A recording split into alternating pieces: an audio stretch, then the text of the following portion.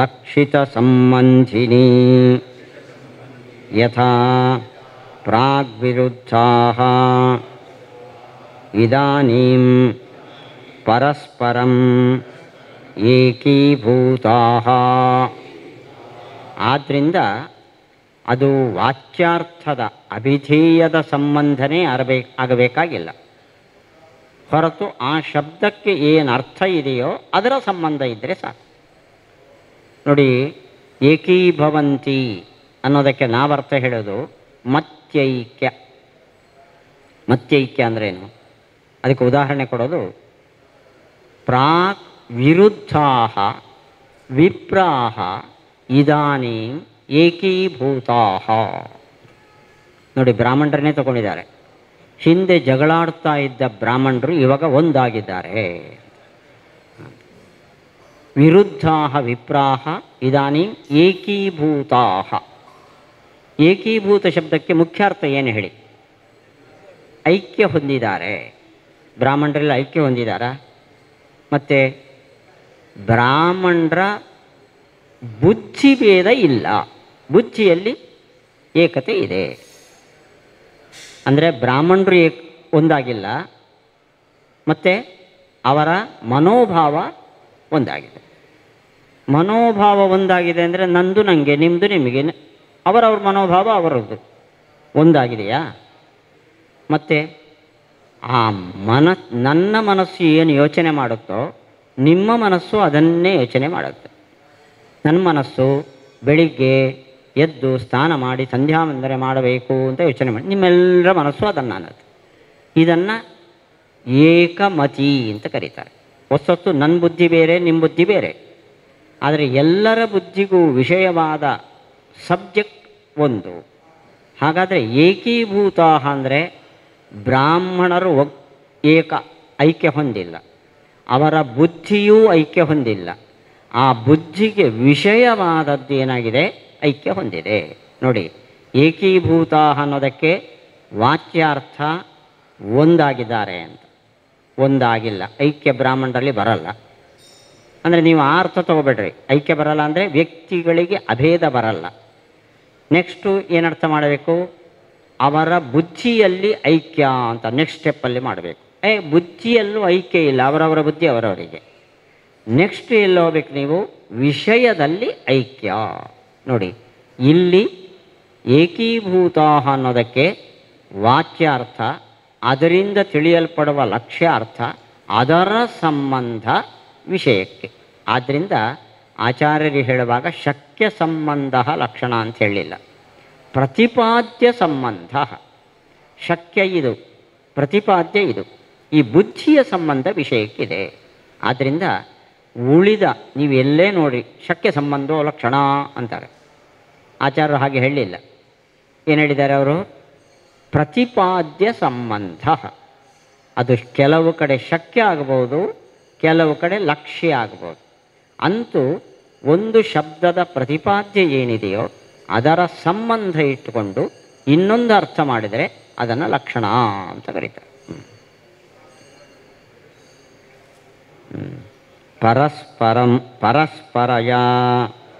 ಪರಂಪರಯ ಅಯಮರ್ಥಃ ಅಭಿಧೇಯ ಸಂಬಂಧಿ ಇತಿ ಚೇತ್ ತರ್ಹಿ ಕಿಮನಯಾ ಕ್ಲಿಷ್ಟಕಲ್ಪನಯಾ ಪ್ರಯೋಗಯುಕ್ತ ಸಂಬಂಧಃ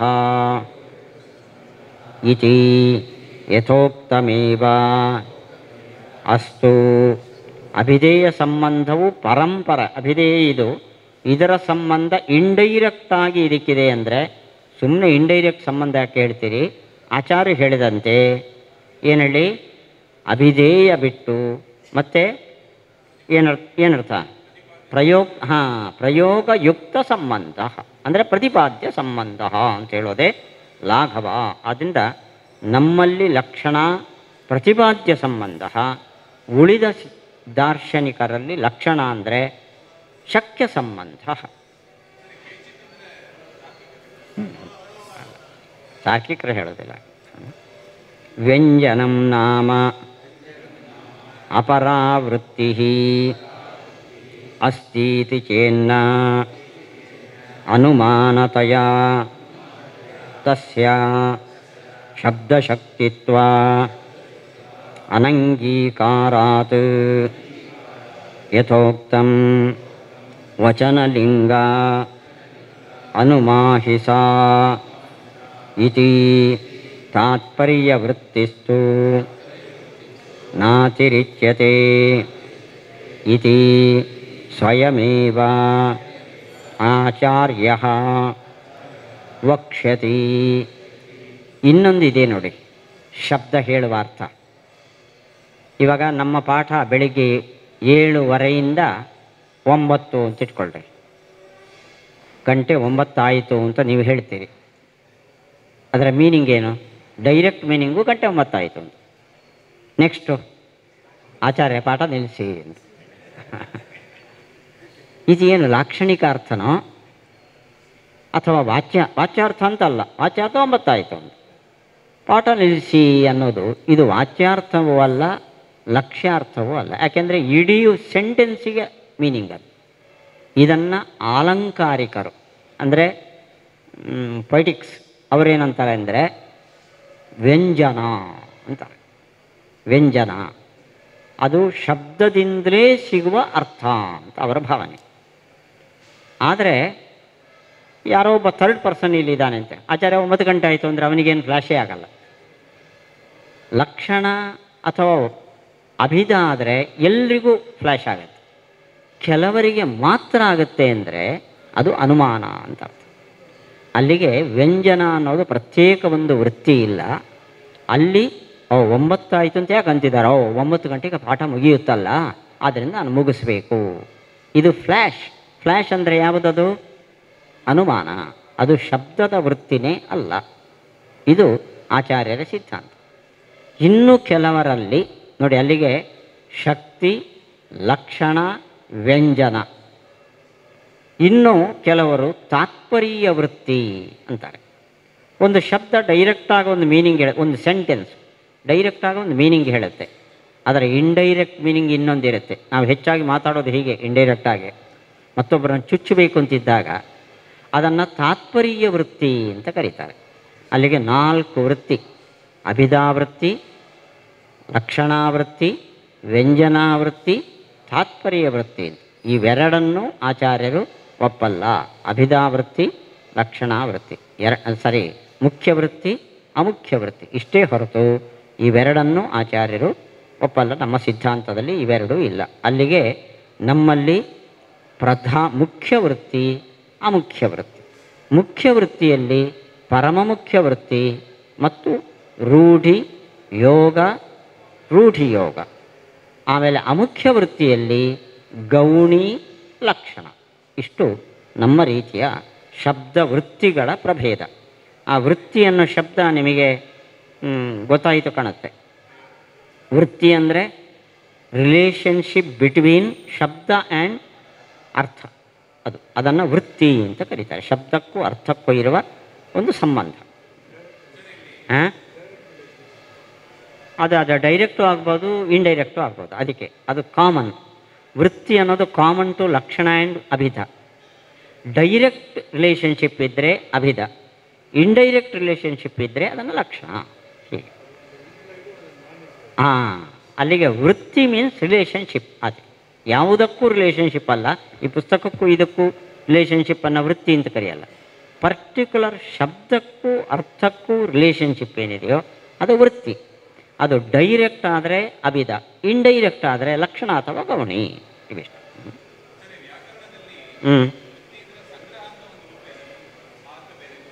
ಅದು ಸೂತ್ರ ವೃತ್ತಿ ಅಂತ ಹೇಳ್ತೇವೆ. ವ್ಯಾಕರಣದಲ್ಲಿ ಅಂತ ಅನ್ಬೇಡ್ರಿ. ಬ್ರಹ್ಮಸೂತ್ರಕ್ಕೂ ವೃತ್ತಿ ಅಂತ ಇದೆ, ಬ್ರಹ್ಮಸೂತ್ರಕ್ಕೂ ಕೂಡ ವೃತ್ತಿ ಅಂತಿದೆ. ವೃತ್ತಿ ಅಂದರೆ ಸೂತ್ರ ತುಂಬ ಸಂಕ್ಷಿಪ್ತ, ಅದರ ಒಂದು ಸೆಂಟೆನ್ಸಲ್ಲಿ ಮೀನಿಂಗ್ ಹೇಳೋದು, ಅದನ್ನು ವೃತ್ತಿ ಅಂತ ಕರೀತಾರೆ. ಅಂದರೆ ಅದೊಂದು ರೀತಿಯ ಇಂಟರ್ಪ್ರಿಟೇಷನ್. ವೃತ್ತಿ ಅಂದರೆ ಇಂಟರ್ಪ್ರಿಟೇಷನ್ ಅಂದರೆ ನೀವು ದೀರ್ಘವಾಗಿ ಕೊಟ್ಟರೆ ಅದಲ್ಲ, ವೃತ್ತಿ ಅಲ್ಲ. ಇನ್ನು ಡಿಸ್ಕಷನ್ ಇದ್ದರೆ ಅದು ಭಾಷ್ಯ. ನೋಡಿ, ಅನುಭಾಷ್ಯ. ವೃತ್ತಿ ಅಂದರೆ ಇವಾಗ ಮಂತ್ರಾಲಯ ಸ್ವಾಮಿಗಳು ಸೂತ್ರಕ್ಕೆ ಅರ್ಥ ಬರೆದಿದ್ದಾರೆ ತತ್ವಮಂಜರಿ ಅಂತ. ತತ್ವಮಂಜರಿ ಅಲ್ಲ, ತಂತ್ರದೀಪಿಕಾ, ಅದು ವೃತ್ತಿ. ಸೂತ್ರಕ್ಕೆ ಇಷ್ಟಾರ್ಥವೋ ಅಷ್ಟನ್ನು ಮಾತ್ರ ಬರಿತಾ ಇರ್ತಾರೆ. ಅದರ ಡಿಸ್ಕಷನ್ ಇದೆ ಇಲ್ಲಿ, ಅದು ಭಾಷ್ಯ. ಇನ್ನು ಅದರ ಎಕ್ಸ್ಪ್ಲನೇಷನ್ ಇದೆ, ವ್ಯಾಖ್ಯಾನ. ಹೀಗೆ ವೃತ್ತಿ ಅಂದರೆ ಅಲ್ಲಿ ಸಂಕ್ಷೇಪೇಣ ಅರ್ಥಕಥನಂ ಇದು. ಅದೇ ವ್ಯಂಜನ ಅಂದರೆ ಇವಾಗ ನೋಡಿ, ಉದಾಹರಣೆಗೆ ಅಪ್ಪ ಮಗನಿಗೆ ನೀನು ಈ ಕೆಲಸ ಮಾಡೋದಕ್ಕೋಸ್ಕರ ಒಂದಿಷ್ಟು ವಿಷ ಕುಡಿ ಅಂತ. ಏನರ್ಥ? ವಿಷ ಕೊಡು ಸಾಯಿಂತಲ, ಏನಾದರೂ ಈ ಕೆಲಸ ಮಾಡಬೇಡ ನೀನು. ನೋಡಿ, ಇದು ತಾತ್ಪರ್ಯ ವೃತ್ತಿ. ಇಲ್ಲಿ ಡೈರೆಕ್ಟ್ ಮೀನಿಂಗ್ ಏನಂದರೆ ವಿಷ ಕೊಡಿ ಅಂತ. ಆದರೆ ಅಪ್ಪ ನನ್ನ ಮೇಲೆ ತುಂಬ ಅಭಿಮಾನ ಇದೆ, ಇದುವರೆಗೆ ಇಂಥ ಹೀಗೆ ಹೇಳಿದವರಲ್ಲ, ನಾನು ಈ ಕೆಲಸ ಮಾಡಲೇಬಾರ್ದು ಅಂತ ಅವರಿಗಿದೆ. ಮಾಡಬೇಡ ಅನ್ನೋದು ಬೇರೆ, ವಿಷ ಕುಡಿ ಅನ್ನೋದು ಬೇರೆ ಅಲ್ವಾ? ಮಾಡಬೇಡ ಅಂದರೆ ಮಾಡಿದ್ರೂ ನನಗೇನು ಅಂಥ ದೊಡ್ಡ ಅನಾಹುತ ಅಲ್ಲ, ಇದನ್ನು ಮಾಡೋ ಬದಲು ನೀನು ವಿಷ ಕುಡಿಯಪ್ಪ ಅಂತ. ಅಂದರೆ ಮಾಡಲೇಬಾರ್ದು, ಕಂಪಲ್ಸರಿಲಿ ನೀನು ಮಾಡಬಾರ್ದು. ಇದು ತಾತ್ಪರ್ಯ ವೃತ್ತಿ ಅಂತೇಳಿ. ವ್ಯಂಜನ ಅಂದರೆ ಡಬಲ್ ಮೀನಿಂಗ್. ಅದರಿಂದಲೇ ಒಂದು ಅರ್ಥ ಡೈರೆಕ್ಟಾಗಿ ಒಂದು ಅರ್ಥ ಸಿಗ್ತದೆ, ಇನ್ನೊಂದು ಅರ್ಥ ಇಂಡೈರೆಕ್ಟಾಗಿ. ನೋಡಿ, ಉದಾಹರಣೆಗೆ ನನಗೆ ದೂರಸ್ಥೋ ಬೂಧರೋ ರಮ್ಯ. ಬೂಧರ ಅಂದ್ರೇನು? ಪರ್ವತ. ದೂರದಲ್ಲಿದ್ದ ಪರ್ವತ ನುಣ್ಣಗೆ ಅನ್ನಲ್ವಾ ನಾವು? ಇದು ವಾಚ್ಯಾರ್ಥ. ಇದನ್ನು ಇಷ್ಟೇ ಅರ್ಥದಲ್ಲಿ ಆಡ್ತೇವ? ಮಠದ ಹತ್ತಿರ ಹೋಗಬಾರ್ದಪ್ಪ, ದೂರಸ್ಥೋ ಬೂಧರೋ ರಮ್ಯ. ಏನರ್ಥ? ದೂರದಲ್ಲಿದ್ದರೆ ಸ್ವಾಮಿಗಳು ದೇವರು, ಒಳಗಡೆ ಒಂದು ವಾರ ಜೊತೆಯಲ್ಲಿ ಹೋಗಿ ಅದು ಬೇರೆಯೇ ಅಭಿಪ್ರಾಯ ಬರ್ತದೆ. ಇದು ವ್ಯಂಜನ, ಆಯಿತಾ? ಇಲ್ಲಿ ಬೂಧರ ಶಬ್ದಕ್ಕೆ ರಾಜ ಅಂತ ಇನ್ನೊಂದು ಅರ್ಥ, ಅದು ಮೀನಿಂಗೇ ಅದರ. ರಾಜನಿಂದ ಯಾವತ್ತೂ ದೂರದಲ್ಲಿ ಇರಬೇಕು ಅಂತ ಇನ್ನೊಂದು ಅರ್ಥ. ಇದು ವ್ಯಂಜನಾ ವ್ಯಾಪಾರ ಅಂತ ಕರೀತಾರೆ, ಆಯಿತಾ?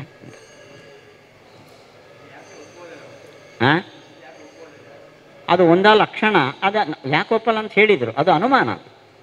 ಅದರ ಮೀನಿಂಗ್ ಸಿಕ್ತು, ಅದರ ಬೇಸ್ ಮೇಲೆ. ಇವಾಗ ನೋಡಿ, ಸಾಯಂಕಾಲ 6 ಗಂಟೆ ಆಯಿತು ಅಂತೇನೆ ನಾನು. ನನ್ನ ಮುಂದೆ ಒಬ್ಬ ಕಳ್ಳನೂ ಕೂತಿದ್ದಾನೆ, ಒಬ್ಬ ನಿಷ್ಠಾವಂತ ಬ್ರಾಹ್ಮಣನೂ ಕೂತಿದ್ದಾನೆ, ಒಬ್ಬ ಕಾಮುಕನೂ ಕೂತಿದ್ದಾನೆ. ಸಾಯಂಕಾಲ 6 ಗಂಟೆ ಆಯಿತು ಅಂದಕೊಳ್ಳೆ ಕಳ್ಳನಿಗೆ ನಾನು ಕಳ್ಳತನಕ್ಕೆ ಹೊರಡ್ಬೋದು, ಬ್ರಾಹ್ಮಣನಿಗೆ ನಾನು ಸಂಧ್ಯಾ ವಂದನೆಗೆ ಹೋಗ್ಬೋದು, ಕಾಮುಕನಿಗೆ ಇವತ್ತು ಬರ್ತೀನಿ ಅಂತ ಹೇಳಿದಾಳೆ. ಒಬ್ಬೊಬ್ಬರಿಗೆ ಒಂದೊಂದು ಮೀನಿಂಗ್ ಬಂತು. ಇವಾಗ ವೃತ್ತಿ ಅಂತ ಆದರೆ ಎಲ್ರಿಗೂ ಒಂದೇ ಅರ್ಥ ಬರಬೇಕು. ಪುಸ್ತಕ ಅಂದರೆ ಎಲ್ರಿಗೂ ಒಂದೇ, ಒಬ್ಬೊಬ್ಬರಿಗೆ ಒಂದೊಂದು ಬರ್ತದೆ ಅಂದರೆ ನಿಮ್ಮ ಬುದ್ಧಿ ಮೇಲೆ ನೀವು ಕಲ್ಪನೆ ಮಾಡಿದ್ದು, ಅದು ಶಬ್ದದ ಮೀನಿಂಗ್ ಅಲ್ಲ.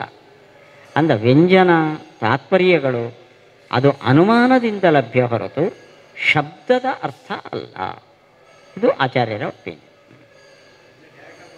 ಸಾಕು, ಇಲ್ಲಿ ನಿಲ್ಲಿಸ್ಬಿಡೋಣ. ನನು ಮುಖ್ಯಾರ್ಥ ಅನುಪಪತ್ತಿಂ ತತ್ಸಾದೃಶ್ಯಂ ಪ್ರಯೋಜನಂಚ ಅಪೇಕ್ಷ್ಯ ಗೌಣೀ ಪ್ರವರ್ತತೆ. ಮುಖ್ಯಾರ್ಥ ಅನುಪಪತ್ತಿ ತತ್ಸಂಬಂಧ ಪ್ರಯೋಜನಾನಿ ಅಪೇಕ್ಷ್ಯ ತು ಲಕ್ಷಣ ಯಥೋಕ್ತಂ ಮುಖ್ಯಾರ್ಥಬಾಧೆ ತದ್ಯೋಗೆ ರೂಢಿತೋಥ ಪ್ರಯೋಜನಾತ್ ಅನ್ಯಾರ್ಥಃ ಲಕ್ಷ್ಯತೆ ಯತ್ಸಾ ಲಕ್ಷಣ ಆರೋಪಿತಾ ಕ್ರಿಯಾ ಇತಿ ತತ್ಕಥಂ ಸಾದೃಶ್ಯ ಸಂಬಂಧಾವೇವ ಉಕ್ತೌ ಇತ್ಯತ ಆಹ ಪೂರ್ವೇತಿ. ನೋಡಿ, ಅಲ್ಲಿಗೆ ಅಮುಖ್ಯ ವೃತ್ತಿ, ಗೌಣಿ, ಲಕ್ಷಣ ಎರಡಾಯಿತು. ಸಾದೃಶ್ಯದಿಂದ ಇನ್ನೊಂದು ಮೀನಿಂಗ್ ತಗೊಂಡ್ರೆ ಗೌಣಿ, ಸಂಬಂಧದಿಂದ ಇನ್ನೊಂದು ಮೀನಿಂಗ್ ತಗೊಂಡ್ರೆ ಲಕ್ಷಣ. ಇಷ್ಟನ್ನು ಆಚಾರ್ಯರು ಹೇಳಿದ್ದಾರೆ. ಆದರೆ ಇಷ್ಟೇ ಅಲ್ಲ, ಈ ಇವರಿದ್ದಾರೆ ಅಲಂಕಾರಿಕರಿದ್ದಾರಲ್ಲ, ಅವರು ಲಕ್ಷಣದ ಡೆಫಿನೇಷನ್ ಹೇಳಿದ್ದಾರೆ.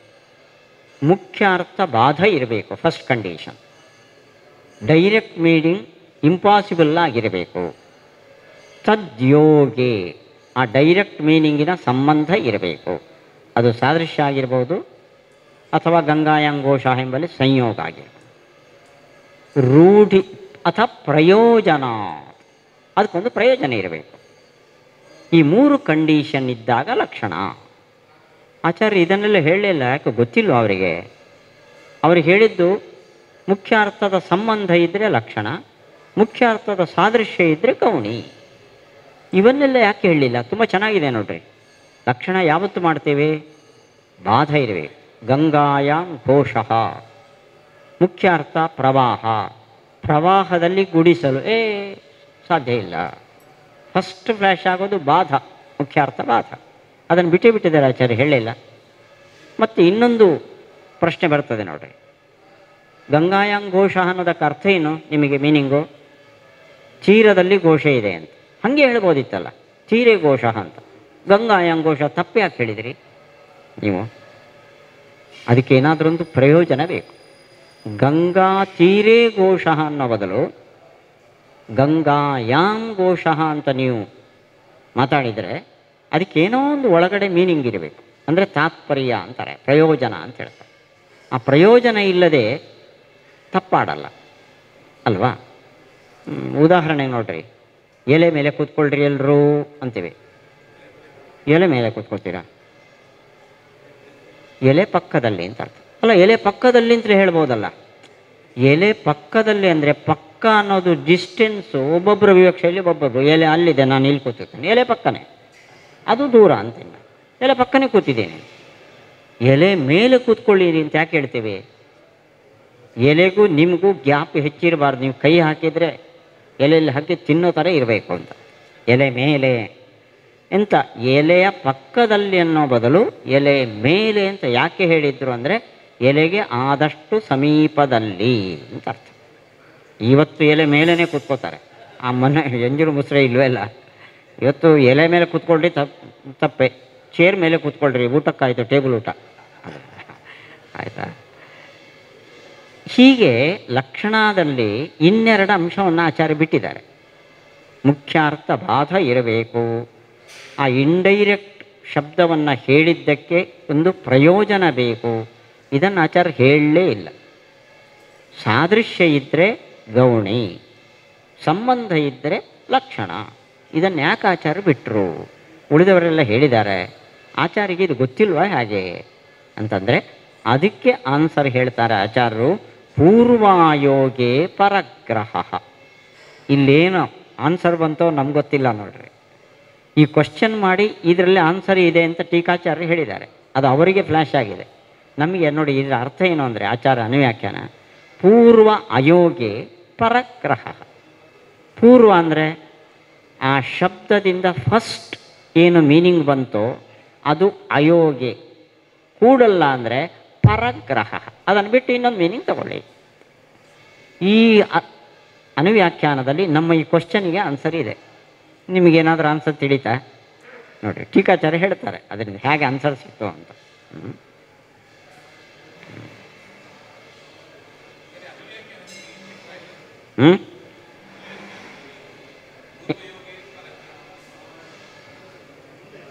ನಮ್ಮದು ಇಚ್ಛತ ಆಹ ಟೀಕಾಚಾರ್ಯ ಅದನ್ನು ಹೇಳಿದರು ನೋಡಿ. ಏನಿದೆ ಅಲ್ಲಿ, ಏನು ಅವತಾರಿ ಕೊಟ್ಟಿದ್ದಾರೆ? ತತ್ ಕಥಂ ಸಾದೃಶ್ಯ ಸಂಬಂಧವೇವ ಭುಕ್ತವು. ಆಚಾರ್ಯರು ಸಾದೃಶ್ಯ ಮತ್ತು ಸಂಬಂಧವನ್ನು ಮಾತ್ರ ಹೇಳಿದ್ದಾರೆ. ಪ್ರಯೋಜನ, ಮುಖ್ಯಾರ್ಥ, ಅನುಪಪತ್ತಿ ಇದನ್ನು ಯಾಕೆ ಹೇಳಲಿಲ್ಲ? ಇತ್ಯತ ಆಹ. ಅದಕ್ಕೆ ಆಚಾರ್ಯ ಆನ್ಸರ್ ಕೊಟ್ಟರು, ಪೂರ್ವ ಅಯೋಗೆ ಪರಗ್ರಹ. ಮೊದಲನೇ ಮೀನಿಂಗ್ ಕೂಡಿಲ್ಲ ಅಂದರೆ ಸೆಕೆಂಡರಿ ಮೀನಿಂಗ್ ತಗೋತೇವೆ ಅಂತ. ಈ ಕ್ವಶನಿಗೆ ಏನು ಆನ್ಸರ್ ಬಂತು ಟೀಕಾಚಾರ್ಯ ಹೇಳ್ತಾರೆ ನೋಡಿ. ನ ಮುಖ್ಯಾರ್ಥಾನುಪಪತ್ತಿ ಅಮುಖ್ಯವೃತ್ತೇಃ ಕಾರಣಂ ಪ್ರಯೋಗೋತ್ತರ ಕಾಲೀನತ್ವಾತ್ ಅನುಪಪತ್ತಿದರ್ಶನಸ್ಯ ಕಿಂತು ಮುಖ್ಯಾರ್ಥಾನುಪಪತ್ತಿ ದರ್ಶನಂ ಅಮುಖ್ಯಾರ್ಥಗ್ರಹಣಸ್ಯ ಹೇತುಃ ಅತ ಏವ ಹಿ ನ ಶಬ್ದೇನ ಅಪೇಕ್ಷ್ಯತೆ ನಾಪಿ ಪ್ರಯೋಕ್ತ್ರ ಕಿಂತು ಪ್ರತಿಪತ್ರೈವ ಶಬ್ದೋ ಹಿ ವ್ಯುತ್ಪತ್ತಿವಶಾತ್ ಮುಖ್ಯಮೇವ ಅರ್ಥಂ ಪ್ರಥಮಂ ಬುದ್ಧೌ ಆರೋಹಯತಿ. ಮುಖ್ಯಾರ್ಥಾನುಪಪತ್ತಿ ಲಕ್ಷಣಕ್ಕೆ ಕಾರಣ ಅಂದಿದ್ದಾರೆ ಅವರು. ಇದು ಸರಿಯಲ್ಲ ಅಂತಾರೆ ಟೀಕಾಕಾಯಿ. ಒಂದು ಸೂಕ್ಷ್ಮ ಇದೆ ಇಲ್ಲಿ. ಆ್ಯಕ್ಚುಲಿ ಗಂಗಾಯಾಮ್ ಘೋಷ ಅಂದ ಕೂಡಲೇ ಪ್ರವಾಹದಲ್ಲಿ ಘೋಷ ಇರೋಕ್ಕೆ ಸಾಧ್ಯ ಇಲ್ಲ ಅನ್ನೋ ಫ್ಲ್ಯಾಶ್ ನಮಗಾಗತ್ತೆ. ಆದರೆ ಈ ಫ್ಲ್ಯಾಶು ಯಾವುದಕ್ಕೆ ಕಾರಣ ಹೇಳಿ? ತೀರ ಅಂತ ಅರ್ಥ ಮಾಡೋಕ್ಕೆ ಕಾರಣ ಅಂತ ಉಳಿದವರು ಹೇಳ್ತಾರೆ. ಟೀಕಾಚಾರ್ಯ ಹೇಳ್ತಾರೆ ತೀರ ಅಂತ ಅರ್ಥ ಮಾಡೋಕ್ಕೆ ಕಾರಣ ಅಲ್ಲ, ಮುಖ್ಯ ಅರ್ಥ ಬಿಡೋದಕ್ಕೆ ಕಾರಣ ಅಷ್ಟೆ. ಒಂದು ಗೆರೆ ಅದು ಅಷ್ಟೇ. ಹಾಗಾದರೆ ಮುಖ್ಯಾರ್ಥ ಅನುಪಪತ್ತಿ ಅಮುಖ್ಯಾರ್ಥ ಸ್ವೀಕಾರಕ್ಕೆ ಕಾರಣ ಅಲ್ಲ, ಅಂದರೆ ಲಕ್ಷಣಕ್ಕೆ ಕಾರಣ ಅಲ್ಲ. ಮತ್ತು ಯಾವುದಕ್ಕೆ? ಅದಕ್ಕೆ ಡೈರೆಕ್ಟ್ ಮೀನಿಂಗ್ ಇದೆಯೋ ಅದನ್ನು ಬಿಡಲಿಕ್ಕೆ ಅದು ಕಾರಣ, ಹೊರತು ಲಕ್ಷಣಕ್ಕೆ ಕಾರಣ ಅಲ್ಲ. ನೋಡಿ, ಮುಖ್ಯಾರ್ಥ ಇವಾಗ ಲಕ್ಷಣ ಗಂಗಾಯಾಂಗೋಷ ಅಂತ ನಾನು ಹೇಳ್ತೇನೆ. ನಾನು ಲಾಕ್ಷಣಿಕ ಪದವನ್ನು ಪ್ರಯೋಗ ಮಾಡಿ ಆಯಿತು. ನನಗೆ ಮುಖ್ಯಾರ್ಥ ಅನುಪಪತ್ತಿ ಅಂತೇನಾದರೂ ಇದೆಯಾ? ನಾನು ಪ್ರಯೋಗ ಮಾಡಿದ್ದೇನೆ, ನನಗೇನು ಮುಖ್ಯಾರ್ಥ ಅನುಪಪತ್ತಿ ಇಲ್ಲ. ಕೇಳಿದ ನಿಮಗೆ ಹೀಗೆ ಯಾಕೆ ಹೇಳಿದರು? ಉದಾಹರಣೆಗೆ ನೋಡಿ, ತಲೆ ಮೇಲೆ ಕೂದಲಿದೆ ಅನ್ಬೇಕು. ನಾನು ಹೇಳ್ತೇನೆ ಕೈಯಲ್ಲಿ ಕೂದಲಿದೆ. ಹರಿಯಾಚಾರ್ಯ ಹೀಗೆ ಯಾಕೆ ಹೇಳಿದ್ರಪ್ಪ ಅಂತ. ಕೈಯಲ್ಲಿ ಕೂದಲಿದೆ ಅಂದರೆ ನಾನು ತಲೆ ತುರಿಸ್ಕೋತಾ ಇದ್ದೇನೆ, ಕೈಯಲ್ಲಿ ಕೂದಲಿದೆ ಇದಿರೋದು. ಅಲ್ಲಿಗೆ ನಿಮಗೆ ಹೇಳಿದ ಮೇಲೆ ನಿಮಗೆ ಮುಖ್ಯ ಅರ್ಥ ಅನುಪಪತ್ತಿ, ನನಗೇನಿಲ್ಲ, ನನಗೆ ಗೊತ್ತು ಇದಕ್ಕೆ ಈ ಅರ್ಥ ಅಂತ. ಹಾಗಾದರೆ ನಿಮಗೆ ಅನುಪಪತ್ತಿ ಬಂದಿದ್ದು ನಾನು ಹೇಳಿದ ಮೇಲೆ. ಹಾಗಾದರೆ ಲಕ್ಷಣ ನಾನು ಮಾಡಾಗಿದೆ, ನಾನು ಪ್ರಯೋಗ ಮಾಡುವಾಗಲೇ ಇದು ಲಾಕ್ಷಣಿಕ ಪ್ರಯೋಗ ಅಂತ ನನ್ನಲ್ಲಿ ಉದ್ದೇಶ ಇದೆ. ಲಕ್ಷಣ ನಾನು ಮಾಡಿ ಆದ ಮೇಲೆ ನೀವು ಅದನ್ನು ಕೇಳಿದಾಗ ಡೈರೆಕ್ಟ್ ಮೀನಿಂಗ್ ಕೂಡಲ್ಲಲ್ಲ ಅನ್ನೋ ಫ್ಲ್ಯಾಶ್ ಬಂತು. ಹಾಗಾದರೆ ಶ್ರೋತೃಗಳಿಗೆ ಮುಖ್ಯ ಅರ್ಥ ಅನುಪಪತ್ತಿ. ಅದರಿಂದ ಏನು ಮಾಡ್ತಾನೆ ಅವನು? ಆ ಡೈರೆಕ್ಟ್ ಮೀನಿಂಗನ್ನು ಬಿಡ್ತಾನೆ, ಇಷ್ಟೇ. ಅದು ಡೈರೆಕ್ಟ್ ಮೀನಿಂಗ್ ಬಿಡಲಿಕ್ಕೆ ಕಾರಣ ಹೊರತು ಇಂಡೈರೆಕ್ಟ್ ಮೀನಿಂಗ್ ತಗೊಳ್ಳೋಕ್ಕೆ ಕಾರಣ ಅಲ್ಲ. ಆಮೇಲೆ ತಲೆ ತೋರಿಸ್ಕೋತಾನೆ, ಡೈರೆಕ್ಟ್ ಮೀನಿಂಗ್ ಕೂಡಲ್ಲ, ಇನ್ನೇನು ಅರ್ಥ ಇರಬಹುದು. ಅಲ್ಲಿಗೆ ಅಮುಖ್ಯ ಗ್ರಹಣಕ್ಕೆ ಕಾರಣ ಅದು ಬೇರೆಯೇ. ಆಮೇಲೆ ತಲೆ ತುರಿಸ್ಕೊಂಡು ಅವನು ಬೇರೆ ಅರ್ಥ ಮಾಡ್ಕೋಬೇಕು. ಆದ್ದರಿಂದ ಉಳಿದವರು ಮುಖ್ಯಾರ್ಥ ಅನುಪಪತ್ತಿ ಲಕ್ಷಣಕ್ಕೆ ಕಾರಣ ಅಂತ ಹೇಳ್ತಾರೆ. ಆಚಾರ್ಯರು ಹೇಳಲಿಲ್ಲ, ಅದು ಲಕ್ಷಣಕ್ಕೆ ಕಾರಣ ಅಲ್ಲ, ಮುಖ್ಯಾರ್ಥ ತ್ಯಾಗಕ್ಕಷ್ಟೇ ಕಾರಣ. ಕರೆಕ್ಟ್ ಇದೆಯಾ ವಿಚಾರ? ಎಷ್ಟು ಸೂಕ್ಷ್ಮ ನೋಡ್ರಿ ಇದು.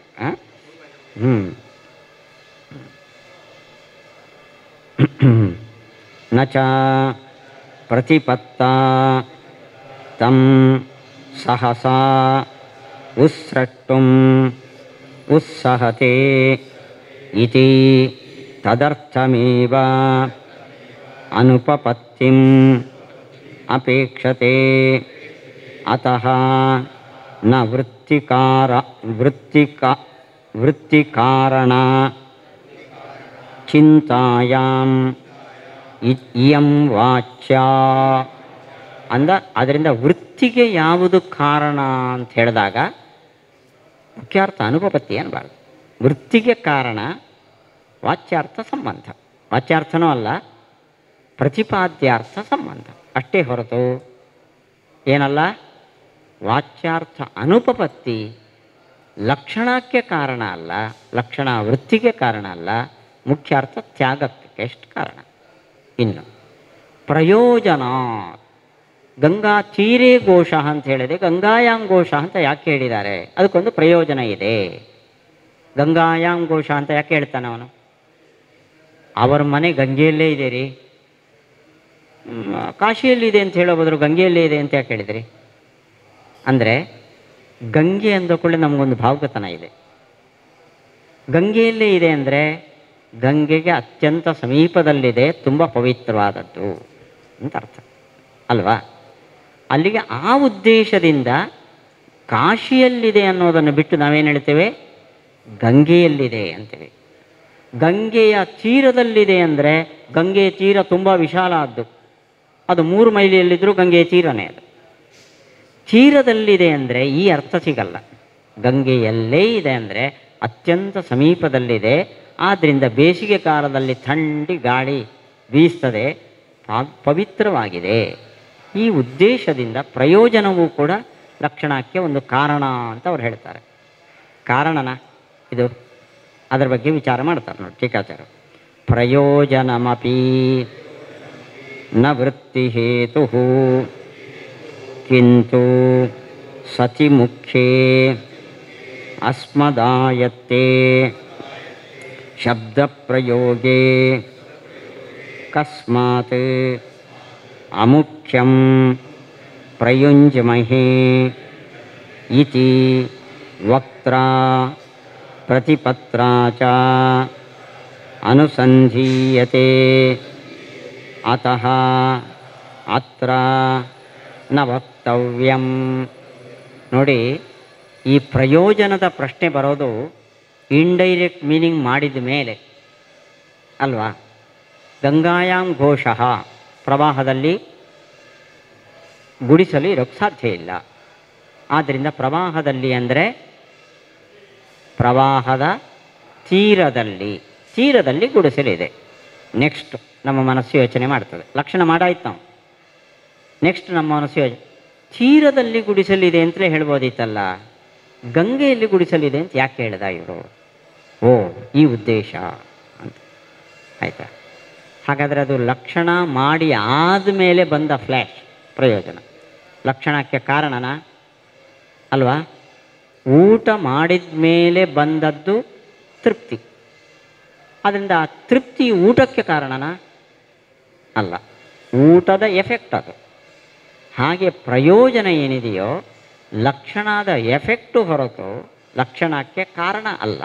ಆದ್ದರಿಂದ ಪ್ರಯೋಜನ ಮತ್ತು ಮುಖ್ಯಾರ್ಥ ಬಾಧ ಇವೆರಡನ್ನು ಆಚಾರ್ಯರು ಉಲ್ಲೇಖ ಮಾಡದೆ ಲಕ್ಷಣಕ್ಕೆ ಒಂದೇ ಒಂದು ಕಾರಣ ಹೇಳಿದ್ದಾರೆ, ಸಂಬಂಧ. ಪೂರ್ವ ಅಯೋಗೇ ಪರಗ್ರಹ. ಹಾಗಾದರೆ ಪೂರ್ವ ಅರ್ಥವು, ಮೊದಲು ತಿಳಿದ ಅರ್ಥವು ಅಯೋಗೆ ಕೂಡಿಲ್ಲ ಅಂದರೆ ಇನ್ನೊಂದು ಮೀನಿಂಗ್ ತಗೋತೇವೆ. ಆಚಾರ್ಯ ಹೇಳಿದರು ಅಲ್ಲಿಗೆ ಮುಖ್ಯಾರ್ಥ ಬಾಧ ಎಂಬುದು ಅಮುಖ್ಯಾರ್ಥ ಗ್ರಹಣಕ್ಕೆ ಕಾರಣ ಹೊರತು ಲಕ್ಷಣಕ್ಕೆ ಕಾರಣ ಅಲ್ಲ. ಆದ್ದರಿಂದ ಆಚಾರ್ಯರು ಹೇಳಲಿಲ್ಲ.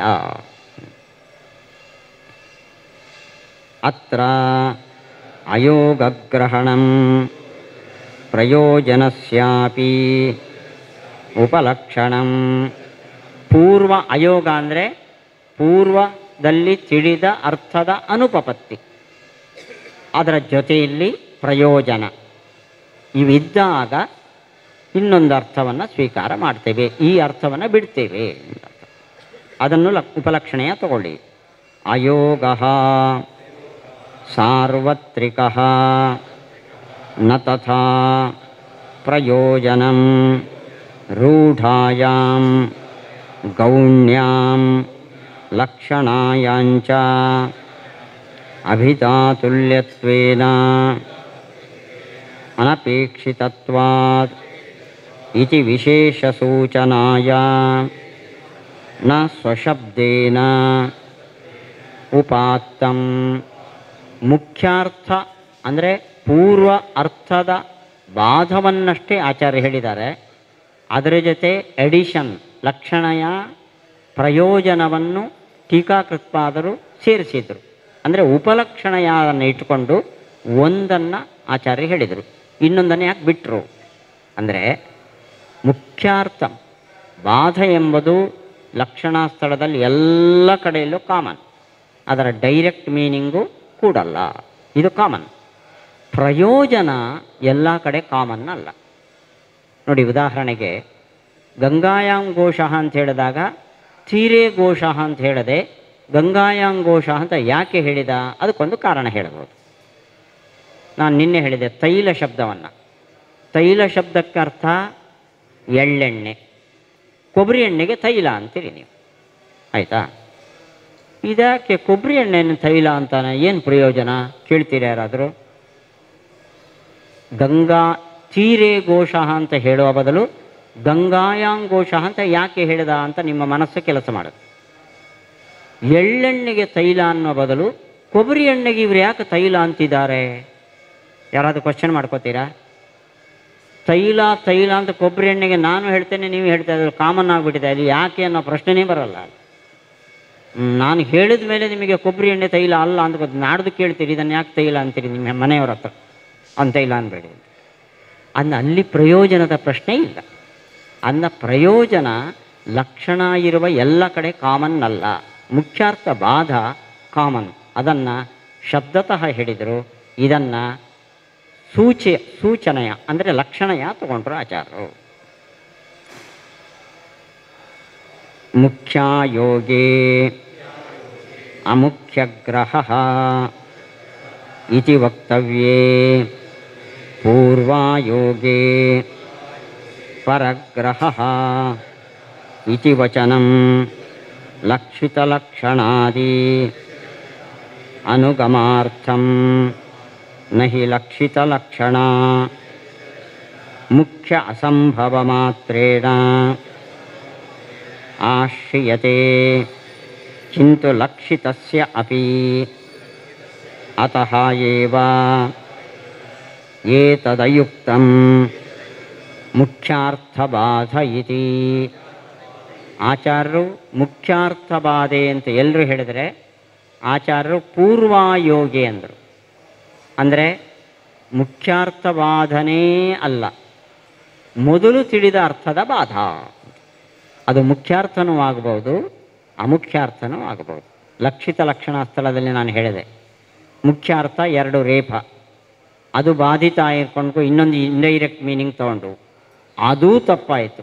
ಇನ್ನೊಂದು ಕೀಟ ಅಂತ ಮೂರನೇ ಅರ್ಥ ತಗೊಂಡು, ಅಲ್ಲಿ ಬರೇ ಮುಖ್ಯಾರ್ಥ ಬಾಧ ಅಲ್ಲ, ಮತ್ತು ಅಮುಖ್ಯಾರ್ಥನೂ ಬಾಧಿತ. ಆದ್ದರಿಂದ ಲಕ್ಷಣಾ ಸ್ಥಳದಲ್ಲಿ ಎಲ್ಲ ಕಡೆ ಮುಖ್ಯಾರ್ಥ ಬಾಧ ಅಷ್ಟೇ ಇರೋದಲ್ಲ, ಪೂರ್ವ ಅರ್ಥ ಬಾಧ. ಆದ್ದರಿಂದ ಉಳಿದವರದ್ದು ಇಂಟರ್ಪ್ರಿಟೇಷನ್ ಮುಖ್ಯಾರ್ಥ ಬಾಧ. ಆಚಾರ್ಯರ ವಿವರಣೆ ಪೂರ್ವಬಾಧ. ಪೂರ್ವಬಾಧೆ ಅಮುಖ್ಯಗ್ರಹ, ಇದು ಲಕ್ಷಣ. ಮುಖ್ಯಾರ್ಥ ಬಾಧೆ ಅಮುಖ್ಯಗ್ರಹ, ಇದು ಉಳಿದವರು. ಯಾಕೋ ಉತ್ಸಾಹ ಕಳ್ಕೊಂಡಿದ್ದೀರಿ ಎಲ್ಲರೂ? ಹಾಂ, ಅಲ್ಲಿ ಪೂಜೆಗೆ ಹೋಗಬೇಕಾಗಿತ್ತು ಅಂತೆಲ್ಲ ಏನಾದರೂ ಇದೆಯಾ ಅಭಿಪ್ರಾಯ? ಹಾಂ ಹಾಂ ಹಾಂ ಹಾಂ ಹಾಂ ಕರೆಕ್ಟ್. ಕಿಂಚ ಯಥಾ ಮುಖ್ಯವೃತ್ತಿಷ್ವಪಿ ಸ್ವೀಕಾರೇ ತಾರತಮ್ಯಮಸ್ತಿ ತಥಾ ಅಮುಖ್ಯವೃತ್ತಿಷ್ವಪಿ ಕುತ ಇತಿ ಚೇತ್ ಅರ್ಥಪ್ರತೀತಿ ಸನ್ನಿಕರ್ಷ ವಿಪ್ರಕರ್ಷಾಭ್ಯಾಂ ಇತಿ ಬ್ರೂಮಃ. ನೋಡಿ, ಇಲ್ಲಿಗೆ ಮುಖ್ಯವೃತ್ತಿ ಅಮುಖ್ಯವೃತ್ತಿಯ ನಿರೂಪಣೆ ಮುಗಿಯಿತು. ಲಕ್ಷಣ. ಮುಖ್ಯವೃತ್ತಿಯಲ್ಲಿ ಒಂದು ಕ್ರಮ ಇದೆ. ಇವಾಗ ರೂಢಿ ಯೋಗ ಎರಡಲ್ವಾ ಮುಖ್ಯವೃತ್ತಿ, ಇನ್ನೊಂದು ರೂಢಿ ಯೋಗ ಅಂತ ಇಟ್ಕೊಳ್ಳಿ. ಒಂದು ಶಬ್ದಕ್ಕೆ ರೂಢಾರ್ಥವನ್ನು ಹೇಳಿಕ್ಕೆ ಬರ್ತದೆ, ಯೋಗಾರ್ಥವನ್ನು ಹೇಳಿಕ್ಕೆ ಬರ್ತದೆ. ಯೋಗಾರ್ಥ ತಗೊಂಡ್ರೆ ಇನ್ನೊಂದು ಅರ್ಥ ಸಿಗುತ್ತೆ, ರೂಢ್ಯರ್ಥ ತಗೊಂಡ್ರೆ ಮತ್ತೊಂದು ಅರ್ಥ ಸಿಗ್ತದೆ. ಈವಾಗ ಯಾವ ಅರ್ಥ ತಗೊಳ್ಬೇಕು? ಸಮಸ್ಯೆ ಬಂದಾಗ ಅದಕ್ಕೊಂದು ನಿಯಮ ಇದೆ. ಯೋಗ ರೂಢಿ ಬಲೀಯಸಿ. ಯೋಗಾರ್ಥಕ್ಕಿಂತ ರೂಢಾರ್ಥ ಪ್ರಬಲ. ಹಾಗಾದರೆ ರೂಢಿಯಲ್ಲಿ ಯೋಗದಲ್ಲಿ ತಾರತಮ್ಯ ಇದೆ. ಯಾವುದು ಕೆಳಮಟ್ಟದ್ದು? ಯೋಗ. ಯಾವುದು ಉಚ್ಚಮಟ್ಟದ್ದು? ರೂಢಿ. ಇದನ್ನು ಜಿಜ್ಞಾಸಾಧಿಕರಣ ಜನ್ಮಾಧಿಕರಣದಲ್ಲಿ ಆಚಾರ್ಯರು ಬಳಸ್ಕೊಂಡಿದ್ದಾರೆ. ಅದು ತುಂಬ ದೂರ ಆಗುತ್ತೆ, ಬಿಡ್ಬಿಡಿ. ಹೀಗೆ ಮುಖ್ಯ ವೃತ್ತಿಯಲ್ಲಿ ತಾರತಮ್ಯ ಇದೆ, ಅಮುಖ್ಯ ವೃತ್ತಿಯಲ್ಲೂ ತಾರತಮ್ಯ ಇದೆಯೋ ಅಂತ ಪ್ರಶ್ನೆ. ಹೌದು, ಮುಖ್ಯ ವೃತ್ತಿಯಲ್ಲಿ ಹಾಗೆ ತಾರತಮ್ಯ ಇದೆಯೋ, ಅಮುಖ್ಯ ವೃತ್ತಿಯಲ್ಲೂ ತಾರತಮ್ಯ ಇದೆ. ಯಾಕೆ ತಾರತಮ್ಯ ಅಂದರೆ, ಅಮುಖ್ಯ ವೃತ್ತಿ ಆದರೂ ಕೂಡ ನೋಡಿ, ಅಮುಖ್ಯ ವೃತ್ತಿ ಎರಡು ವಿಧ ಇದೆ ತಾನೆ. ಒಂದು ಗೌಣಿ ಲಕ್ಷಣ. ಯಾವ ವೃತ್ತಿಯಿಂದ ಅರ್ಥ ಫಸ್ಟ್ ಫ್ಲ್ಯಾಶ್ ಆಗುತ್ತೋ ಅದು ಪ್ರಧಾನ. ಯಾವ ವೃತ್ತಿಯಿಂದ ಸ್ವಲ್ಪ ಡಿಲೇ ಆಗುತ್ತೋ ಅದು ಅಪ್ರಧಾನ. ಹೀಗೆ ಅಮುಖ್ಯ ವೃತ್ತಿಯಲ್ಲೂ ಕೂಡ ಪ್ರಧಾನ ಅಪ್ರಧಾನ ಅಂತಿದೆ. ಉದಾಹರಣೆಗೆ ತೈಲ ಅಂತ ಕೇಳಿದ ಕೂಡಲೇ ನಿಮಗೆ ಎಳ್ಳೆಣ್ಣೆನೂ ತಿಳಿಯುತ್ತದೆ, ಕೊಬ್ಬರಿ ಎಣ್ಣೆನೂ ತಿಳಿಯುತ್ತದೆ. ಲಕ್ಷಣ ಆ್ಯಕ್ಚುಲಿ ಕೊಬ್ಬರಿ ಎಣ್ಣೆಯಲ್ಲಿ ಫಸ್ಟ್ ಫ್ಲ್ಯಾಶ್ ಆಗೋದ್ರಿಂದ ಇದು ರೂಢ ಲಕ್ಷಣ, ಇದು ಪ್ರಬಲ. ಗಂಗಾಯಾಮ್ ಘೋಷ ಅಂದರೆ ಪ್ರವಾಹದಲ್ಲಿ ಘೋಷ ಇರಲಿಕ್ಕೆ ಸಾಧ್ಯ ಇಲ್ಲ, ತೀರದಲ್ಲಿ ಸ್ವಲ್ಪ ಡಿಲೇ ಆಗುತ್ತೆ, ಅದು ಸೆಕೆಂಡ್ರಿ. ಸೊ ಲಕ್ಷಣದಲ್ಲೂ ಕೂಡ ರೂಢ ಲಕ್ಷಣ ಪ್ರಬಲ, ಅರೂಢ ಲಕ್ಷಣ ದುರ್ಬಲ. ಹೀಗೆ ಮುಖ್ಯ ವೃತ್ತಿಯಲ್ಲಿ ಹಾಗೆ ಪ್ರಾಬಲ್ಯ ದೌರ್ಬಲ್ಯಗಳ ತಾರತಮ್ಯ ಇದೆಯೋ, ಅಮುಖ್ಯ ವೃತ್ತಿಯಲ್ಲೂ ಪ್ರಾಬಲ್ಯ ದೌರ್ಬಲ್ಯದ ತಾರತಮ್ಯ ಇದೆ. ನನು ಚ ಸಾದೃಶ್ಯ ಸಂಬಂಧ ಯೋಹೋ ತದ್ಧಿತಂ ಉತ್ಪಾದ್ಯ ತಸ್ಯಾಪಿ ಲುಪಿ ಕೃತೆ ಸರ್ವಂ ಶೇಷ್ಯತಿ ಕಿಂ ಅಮುಖ್ಯವೃತ್ತಿ ಸ್ವೀಕಾರೇಣ ಇತ್ಯತೋ ವಾ ಇದಮುದಿತಂ ಯದಿ ಗೋಶಬ್ದಸ್ಯ ಗವಿ ವಾಹಿಕೆ ಚ ಗಂಗಾಶಬ್ದಸ್ಯ ಗಂಗಾಯಾಂ ತೀರೆ ಚ ಉಕ್ತವಿಧಯ ಅಭಿಧೈವ ಸ್ಯಾತ್ ತದಾ ಗೋ ಗಂಗಾ ಶಬ್ದೋಚ್ಚಾರಣೆ ಗೋ ಗಂಗಯೋಃ ಪೂರ್ವಂ ಪ್ರತೀತಿಃ ತದಯೋಗೇ ಚ ಅನುಸಂಹಿತೆ ಅರ್ಥಾಂತರೇ ಪ್ರತೀತಿಃ ಇತಿ ನ ಸ್ಯಾತ್ ನಹಿ ಹರಿತಕ್ಯಾದಿ ಶಬ್ದೋಚ್ಚಾರಣೆ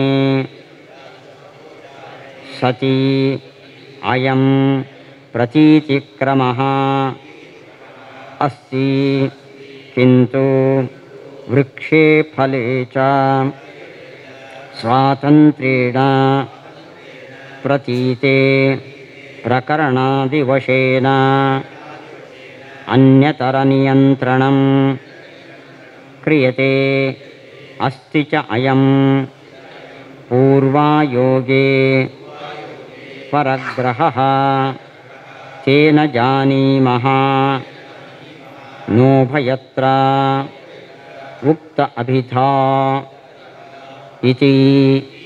ಇವಾಗ ಈ ಲಕ್ಷಣ ಅಂತ ಒಂದು ಕ್ಯಾಟಗರಿನೇ ಬೇಡ ಅಂತ ನೋಡಿ. ಸಂಸ್ಕೃತದಲ್ಲಿ ಶುಕ್ಲ ಪಟಃ ಅಂತೀವಿ. ಏನರ್ಥ ಹೇಳಿ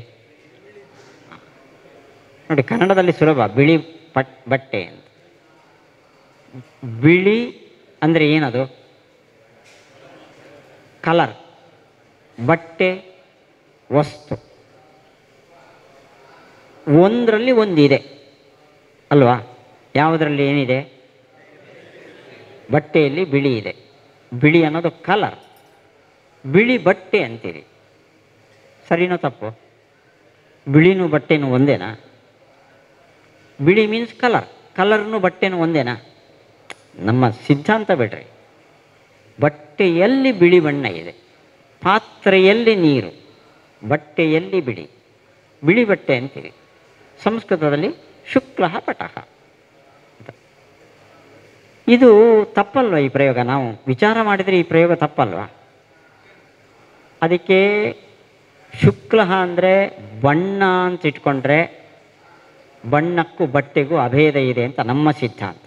ಸರಿ ಅಂತ ಒಂದು ರೀತಿ ಕೊಡಿಸೋದು.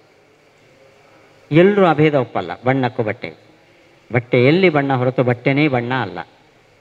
ಆವಾಗ ಶುಕ್ಲಪಟ ಅಂದರೆ ಏನು? ಸಂಸ್ಕೃತ ತುಂಬ ಫ್ಲೆಕ್ಸಿಬಲ್ ನೋಡ್ರಿ. ಶುಕ್ಲ ಅಂದರೆ ಬಿಳಿ ಬಣ್ಣ ಅಂತಲೂ ಆಗತ್ತೆ, ಬಿಳಿ ಬಣ್ಣ ಉಳ್ಳದ್ದು ಅಂತಲೂ ಆಗತ್ತೆ. ಹೇಗೆ ಅಂದರೆ ಶುಕ್ಲ ಅಸ್ಯ ಅಸ್ತಿ ಶುಕ್ಲ. ಹಾಂ, ತದ್ಧಿತಾರ್ಥದಲ್ಲೂ ಒಂದು ಪ್ರತ್ಯಯ. ಶುಕ್ಲ ಅನ್ನೋದಕ್ಕೆ ಬಿಳಿ ಬಣ್ಣ, ಬಿಳಿ ಬಣ್ಣ ಉಳ್ಳದ್ದು, ಎರಡೂ ಮೀನಿಂಗ್ ಇದೆ. ಆದರೆ ಅದಕ್ಕೆ ಪ್ರತ್ಯಯ ಮಾಡದೇ ಹೋದರೆ ಬಿಳಿ ಅಂತ ಅರ್ಥ. ಶುಕ್ಲ ಅಸ್ಯ ಅಸ್ಥಿ ಅನ್ನೋ ಅರ್ಥದಲ್ಲಿ ಅಚ್ ಪ್ರತ್ಯಯ ಮಾಡಿದರೆ ಬಿಳಿ ಬಣ್ಣ ಉಳ್ಳದ್ದು ಅಂತ. ಹಾಗೆ ಲಕ್ಷಣ ಸ್ಥಳದಲ್ಲಿ ನೋಡ್ರಿ, ಗಂಗಾ ತೀರನೂ ಹೌದು, ಪ್ರವಾಹನೂ ಹೌದು. ಹೇಗೆ ಅಂದರೆ ಗಂಗಾ ಅಂದರೆ ಪ್ರವಾಹ, ಪ್ರವಾಹ ಉಳ್ಳದ್ದು ಅಂದರೆ ಪ್ರವಾಹದ ಸಂಬಂಧ ಉಳ್ಳದ್ದು ತೀರ. ಅಲ್ಲಿಗೆ ಗಂಗಾ ಅಸ್ಯ ಅಸ್ತಿ ಇತಿ ಗಂಗಾ, ಯಾವುದು? ತೀರ. ಅದು ವಾಚ್ಯಾರ್ಥನೇ ಆಯ್ತಲ್ಲ, ಲಕ್ಷಣ ಅಂತ ಯಾಕೆ ತಗೋತೀರಿ? ಶುಕ್ಲ ಅನ್ನೋ ಶಬ್ದಕ್ಕೆ ಬಿಳಿಯೂ ವಾಚ್ಯಾರ್ಥ, ಬಿಳಿ ಬಣ್ಣ ಉಳ್ಳದ್ದು ವಾಚ್ಯಾರ್ಥ ಹೇಗೋ, ಗಂಗಾ ಶಬ್ದಕ್ಕೆ ಪ್ರವಾಹವೂ ವಾಚ್ಯಾರ್ಥ, ಗಂಗಾ ಅಸ್ಯ ಅಸ್ತೀತಿ ಅನ್ನೋ ಅರ್ಥದಲ್ಲಿ ತೀರವು ವಾಚ್ಯಾರ್ಥ. ಲಕ್ಷಣ ಅಂತ ಯಾಕೆ ಬೇಕು? ಇದೊಂದು ಟೀಕಾಚಾರ್ಯರ ಪ್ರಶ್ನೆ. ಇದಕ್ಕೆ ಆಚಾರ ಉತ್ತರ ಪೂರ್ವಾಯೋಗೆ ಪರಗ್ರಹ ಅಂತ. ನೋಡಿ, ಒಂದು ಶಬ್ದಕ್ಕೆ ಡಬಲ್ ಮೀನಿಂಗ್ ಇರೋದಕ್ಕೂ ಇಂಡೈರೆಕ್ಟ್ ಮೀನಿಂಗ್ ಇರೋದಕ್ಕೂ ವ್ಯತ್ಯಾಸ ಇದೆ. ಅದಕ್ಕೊಂದು ಉದಾಹರಣೆ ಕೊಡ್ತಾರೆ, ನಮ್ಗೆ ಗೊತ್ತಿಲ್ಲ ಅದು. ನೋಡಿ, ಹರಿತಕಿ ಅಂತ ನಾವಿವತ್ತು ಅಂತೇವೆ. ಮಾವು ಅಂದರೆ ಏನು ಹೇಳಿ? ಮಾವು ಅಂದರೆ ಏನು? ಅಲ್ಲ ಅಲ್ಲ, ನಾನು ಕೇಳೋದು ಹಣ್ಣೋ ಮರನೋ ಅಂತ. ನಾವು ಈ ಸತಿ ಮಾವಿನ ಬೆಳೆ ಚೆನ್ನಾಗಿದೆ ನಾವು ಮಾಡ್ತೇವೆ. ವಸ್ತು ಸಂಸ್ಕೃತದಲ್ಲಿ ಮಾ ಅಂದರೆ ಆಮ್ರಹ ಅಂದರೆ ಮರ, ಆಮ್ರ ಫಲಂ ಅಂದರೆ ಹಣ್ಣು. ಹೀಗೆ ಹಣ್ಣಿಗೂ ಮರಕ್ಕೂ ಬೇರೆ ಬೇರೆ ಶಬ್ದಗಳಿದೆ. ಆದರೆ ನೆಲ್ಲಿಗೆ ಕಾಮನ್ ಟು ಫಲ ಎನ್ನುವ ವೃಕ್ಷ ಹರಿತಕಿ. ಹರಿತಕಿ ಅಂದರೆ ನೆಲ್ಲಿ ಮರ ಅಂತಲೂ ಅರ್ಥ ಇದೆ, ನೆಲ್ಲಿಕಾಯಿ ಅಂತಲೂ ಅರ್ಥ ಇದೆ. ನೋಡಿ, ಇದು ಡಬಲ್ ಮೀನಿಂಗ್ ಇರುವ ಶಬ್ದ. ಇದರ ಥರ ಗಂಗಾ ಶಬ್ದ ಪ್ರವಾಹ ಅಂತಲೂ ಅರ್ಥ ಇದೆ, ತೀರ ಅಂತಲೂ ಅರ್ಥ ಇದೆ ಅಂತಾದರೆ ಇದಕ್ಕೂ ಅದಕ್ಕೂ ವ್ಯತ್ಯಾಸ ಇಲ್ವಾ ಹೇಳಿ? ಇವಾಗ ಹರಿತಕಿ ಅಸ್ತಿ ಅಂತ ನಾನು ಹೇಳ್ತೇನೆ, ನಿಮಗೇನು ಜ್ಞಾನ ಬರುತ್ತದೆ ಹೇಳಿ?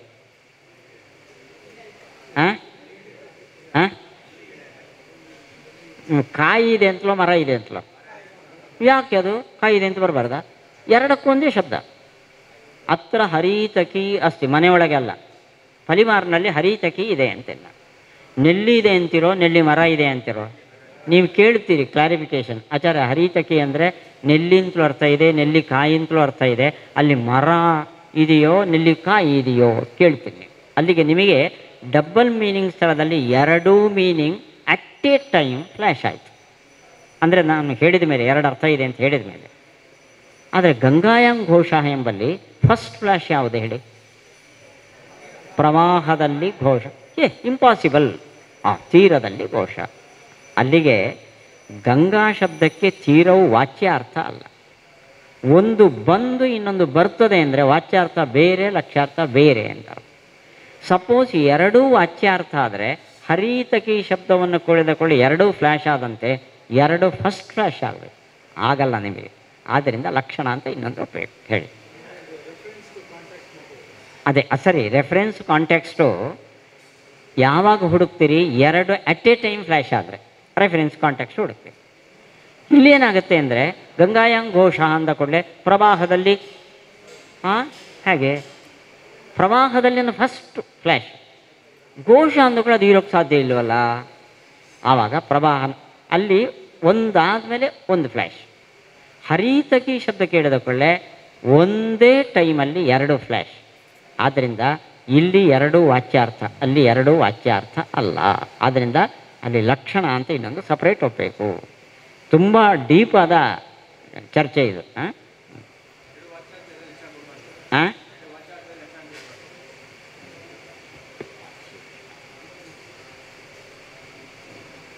ಎರಡು ಇಲ್ಲಿ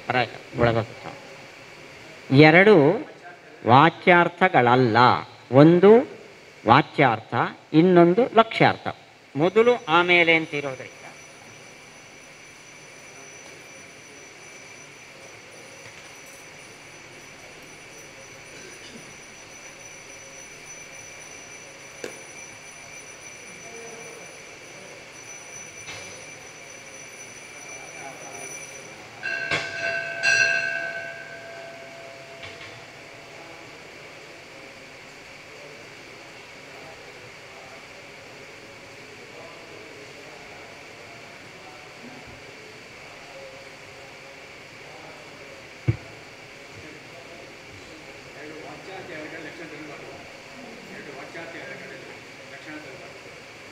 ಲಕ್ಷಣ ಅಲ್ಲ, ವಾಚ್ಯಾರ್ಥ.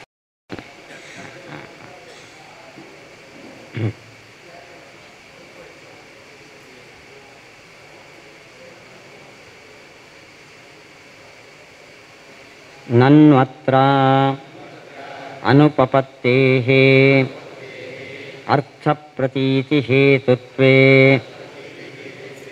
ಅರ್ಥಪ್ರತಿಪತ್ತಿರೇವ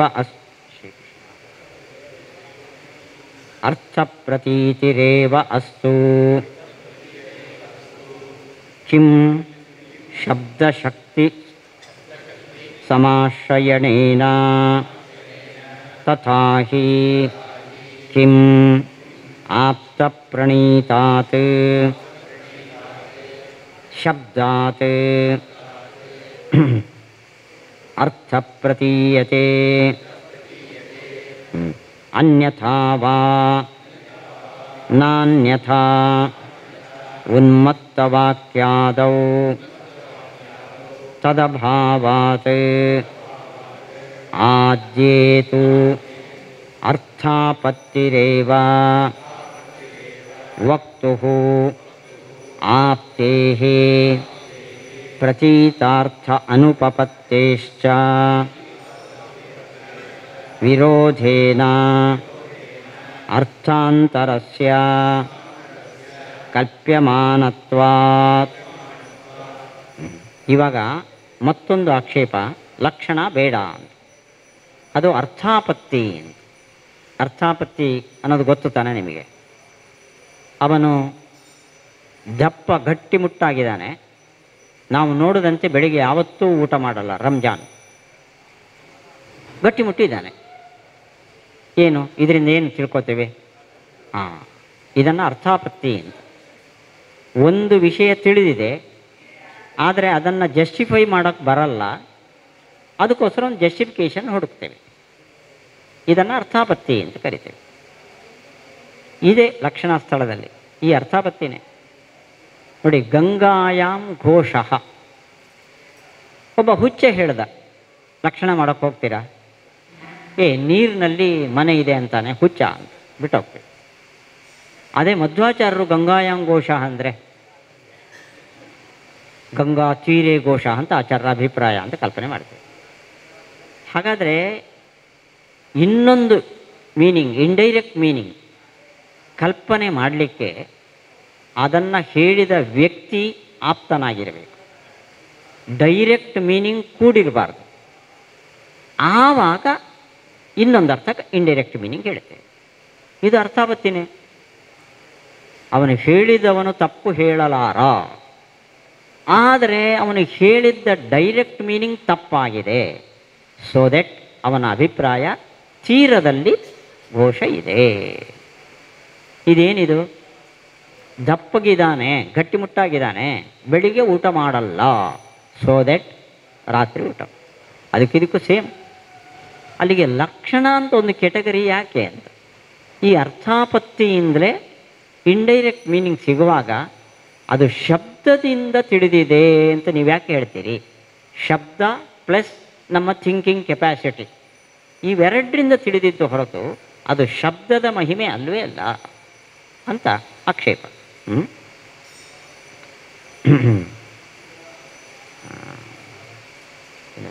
ಸ್ಯಾದೇವಂ ಯದಿ ವಕ್ತುಃ ಆಪ್ತತ್ವಂ ನಿಶ್ಚೀಯೇತ ತಸ್ಯ ಪದಸ್ಯ ತತ್ರ ಶಕ್ತ್ಯಭಾವೇ ಅಸಂಬದ್ಧಭಾಷಿಣೀ ತಸ್ಮಿನ್ ಆಪ್ತತ್ವಮೇವ ಕಥಂ ನಿಶ್ಚಿನೋತಿ ತದರ್ಥಂ ಅವಶ್ಯಂ ಶಕ್ತಿರಾಶ್ರಯಣೀಯಾ ಇತಿ ಸರ್ವಂ ಅವದಾತಂ.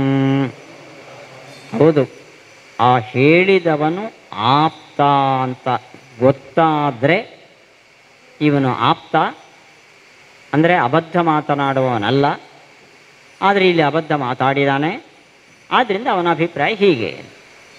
ಆದರೆ ನಾವು ನಮ್ಮ ಮುಂದೆ ಇರೋದು ಸೆಂಟೆನ್ಸ್ ಅಷ್ಟೇ, ಹೇಳಿದವನ ಬಗ್ಗೆ ನಮ್ಗೆ ಗೊತ್ತಿಲ್ಲ. ಅವನು ಆಪ್ತನೋ ಅನಾಪ್ತನೋ ಒಂದು ಗೊತ್ತಿಲ್ಲ. ಅವನು ಹೀಗೆ ಹೇಳ್ದ, ಅವನು ಪ್ರವಾಸಕ್ಕೆ ಹೋದ, ಗಂಗೆಯ ಬುಡದಲ್ಲೇ ಮನೆ ಇತ್ತು, ಗಂಗಾಯಂ ಮನೆ ಅಂದ. ಅವನು ಆಪ್ತನೋ ಅನಾಪ್ತನೋ ಗೊತ್ತಿಲ್ಲ, ಹೇಳಬಾರ್ದ ಹೀಗೆ. ಇಂಥದ್ದು ಎಷ್ಟೋ ಪ್ರಯೋಗ ಮಾಡ್ತೇವೆ ನಾವು, ಆಯಿತಾ. ಆದ್ದರಿಂದ ಆಪ್ತತ್ವ ಡಿಸೈಡ್ ಆಗಿದ್ದರೆ ಆವಾಗ ಅರ್ಥಾಪತ್ತಿ ಓಕೆ. ಆಪ್ತತ್ವ ಡಿಸೈಡ್ ಆಗದಿದ್ದರೂ ಅದಕ್ಕೆ ಈ ಅರ್ಥವನ್ನು ಮಾಡಿಕೊಂಡು ಸುಧಾರಿಸ್ಕೊಂಡು ಹೋಗ್ತೇವೆ. ಅಂದಮೇಲೆ ಅದು ಶಬ್ದದ ಸಾಮರ್ಥ್ಯ ಹೊರತು ಅರ್ಥಾಪತ್ತಿಯಿಂದ ತಿಳಿದಿದ್ದಲ್ಲ. ಆದ್ದರಿಂದ ಶಬ್ದಕ್ಕೆ ಲಕ್ಷಣ ಎಂಬ ಇನ್ನೊಂದು ವೃತ್ತಿಯನ್ನು ಒಪ್ಪಬೇಕು. ಏತೇನ ಏತದಪಿ ಪರಿಹೃತಂ ಯದಭಿಹಿತಂ ಪೂರ್ವಪಕ್ಷಿಣ ಯೋಗಸ್ಯ ರೂಢಿತಃ ದುರ್ಬಲತ್ವೇನ ನ ಪರಮೇಶ್ವರಸ್ಯ ಮುಖ್ಯಾರ್ಥತ್ವಂ ಇತಿ ಮಹಾಯೋಗಸ್ಯ ಅವಿದ್ವದ್ರೂಢಿಮಾತ್ರಾತ್ ಪ್ರಾಬಲ್ಯ ಉಪಪತ್ತೇಃ ವಿದ್ವದ್ರೂಢೇಪಿ ಉಕ್ತತ್ವೇನ, ಅಲ್ಲಿ ತಪ್ಪಿದೆ, ವಿದ್ವದ್ರೂಢೇರಪಿ ಅಂತ ಆಗಬೇಕು. ತತ್ಸಹಿತಸ್ಯ ಯೋಗಸ್ಯ ಸುತರಾಂ ತದುಪಪತ್ತೇಃ.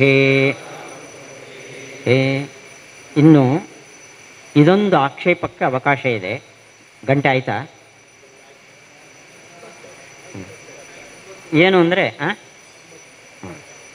ಅಂದರೆ ಇವಾಗ ಇಂದ್ರ ಶಬ್ದಕ್ಕೆ ಐಶ್ವರ್ಯವುಳ್ಳವನು, ನಿರವಧಿಕ ಐಶ್ವರ್ಯವುಳ್ಳವನು ಅಂತ ಯೋಗಾರ್ಥ ಇಟ್ಟುಕೊಂಡು ಆ ಶಬ್ದದ ಮುಖ್ಯ ಅರ್ಥ ವಿಷ್ಣು ಅಂತ ಹೇಳಿದೆ. ಆದರೆ ಇಂದ್ರ ಇಂದ್ರ ಇಂದ್ರ ಅಂತ ನಾವು ಯಾರನ್ನು ಕರೆಯೋದು? ಶಚೀಪತಿಯನ್ನು, ಸ್ವರ್ಗದ ಒಡೆಯನನ್ನು. ಅಲ್ಲಿಗೆ ಸ್ವರ್ಗದ ಅರಸನಿಗೆ ಇಂದ್ರ ಅನ್ನೋ ಶಬ್ದ ರೂಢ, ದೇವರಲ್ಲಿ ಇಂದ್ರ ಅನ್ನೋ ಶಬ್ದ ಯೌಗಿಕ. ನಾವು ಆಗಲೇ ಅಂದ್ವಿ ಯೋಗ ರೂಢದಲ್ಲಿ ಯಾವುದು ಪ್ರಬಲ. ಹಾಗಾದರೆ ಇಂದ್ರ ಶಬ್ದಕ್ಕೆ ಮುಖ್ಯ ಅರ್ಥ ಯಾರು? ಪುರಂದರ ಪರಮಾತ್ಮ ಆಗೋದು ಹೇಗೆ? ಅದಕ್ಕೆ ಉತ್ತರ ಬಂತು. ದೇವರಲ್ಲಿ ನಾವು ಬರೀ ಯೋಗ ಒಪ್ಪೋದಲ್ಲ, ಮತ್ತು ಮಹಾಯೋಗ ಅಂದರೆ ಆ ಪ್ರವೃತ್ತಿ ನಿಮಿತ್ತವು ನಿರವಧಿಕವಾದ್ದರಿಂದ ಅವರಲ್ಲಿ ಬರೀ ಯೋಗ ಅನ್ನಬಾರದು, ಮಹಾಯೋಗ. ಆ ಮಹಾಯೋಗ ಸ್ವರ್ಗದ ಒಡೆಯ ಪುರಂದರನಲ್ಲಿ ರೂಢಿ ಅಂದರೆ ಅಜ್ಞರೂಢಿ. ಅಜ್ಞರೂಢಿ ಮಹಾಯೋಗದಲ್ಲಿ ಯಾವುದು ಪ್ರಬಲ? ಮಹಾಯೋಗನೇ ಪ್ರಬಲ. ಅಷ್ಟೇ ಅಲ್ಲ, ಬರೇ ಮಹಾಯೋಗಕ್ಕೆ ನಿಲ್ಲಲ್ಲ ನಾವು, ವಿದ್ವದ್ರೂಢಿನೂ ಇದೆ ಇಂದ್ರ ಪದಕ್ಕೆ.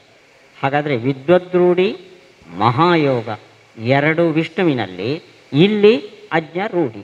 ಸುತರಾಂ ಇಂದ್ರ ಶಬ್ದದ ಮುಖ್ಯ ಅರ್ಥ ವಿಷ್ಣು ಹೊರತು ಪುರಂದರ ಅಲ್ಲ. ಇಲ್ಲಿಗೆ ನಾವು ನಿಲ್ಲಿಸೋಣ. ಇನ್ನು ಮುಂದೆ ಶಬ್ದವೃತ್ತಿ ಮುಗಿದು ಉಭಯಂ ದೃಶ್ಯತೆ ಅಂತ ಮುಂದೆ 3-4 ದಿವಸ ವಿದ್ಯಾಮಾನ್ಯರ ಆರಾಧನೆ ಅಂದ್ಕೊಂಡು ನಾವೆಲ್ಲ ಜೊತೆ ಸೇರಿದ್ದೇವೆ. ನಮ್ಮನ್ನು ಒಗ್ಗೂಡಿಸುವ ಒಂದು ಶಕ್ತಿ ಅದು ವಿದ್ಯಾಮಾನ್ಯರ ತಪಸ್ಸು. ಯಾರೋ ಒಬ್ಬ ಸಾಮಾನ್ಯ ವ್ಯಕ್ತಿಗಳಾದರೆ ಅವರ ಹೆಸರಿನಲ್ಲಿ ನಾವು ಒಗ್ಗೂಡಲ್ಲ. ಅಂಥ ತಪಸ್ವಿಗಳು ಮಹಾತ್ಮರು ಜ್ಞಾನ ಸಂಪನ್ನರಾದ್ದರಿಂದ ಅವರ ಹೆಸರಿನಲ್ಲಿ ಆರಾಧನೆ ಅಂತ ನೆಪದಲ್ಲಿ ಅವರ ದೈಹಿಕ ಅನುಪಸ್ಥಿತಿ ಇದ್ದರೂ ಆ ಶಕ್ತಿಯಿಂದ ನಾವೆಲ್ಲ ಒತ್ತು ಕೂಡಿದ್ದೇವೆ. ಅದರ ಜೊತೆಯಲ್ಲಿ ಅವರ ಉತ್ತರಾಧಿಕಾರಿಗಳಾಗಿ ಪರಿವಾರ ಶ್ರೀಪಾದಂಗಳವರು ಅದೇ ಜ್ಞಾನ ಪ್ರಸಾರದ ನಿಷ್ಠೆಯನ್ನು ಹೊಂದಿದ್ದಾರೆ. ಅದೂ ಒಂದು ಕಾರಣ ನಾವಿಲ್ಲಿ ಸೇರೋದಕ್ಕೆ. ಇವೆರಡು ಇದ್ದರೂ ಕೂಡ ನಿಮ್ಮಂಥ ಶ್ರೋತೃಗಳಿಲ್ಲದಿದ್ದರೆ,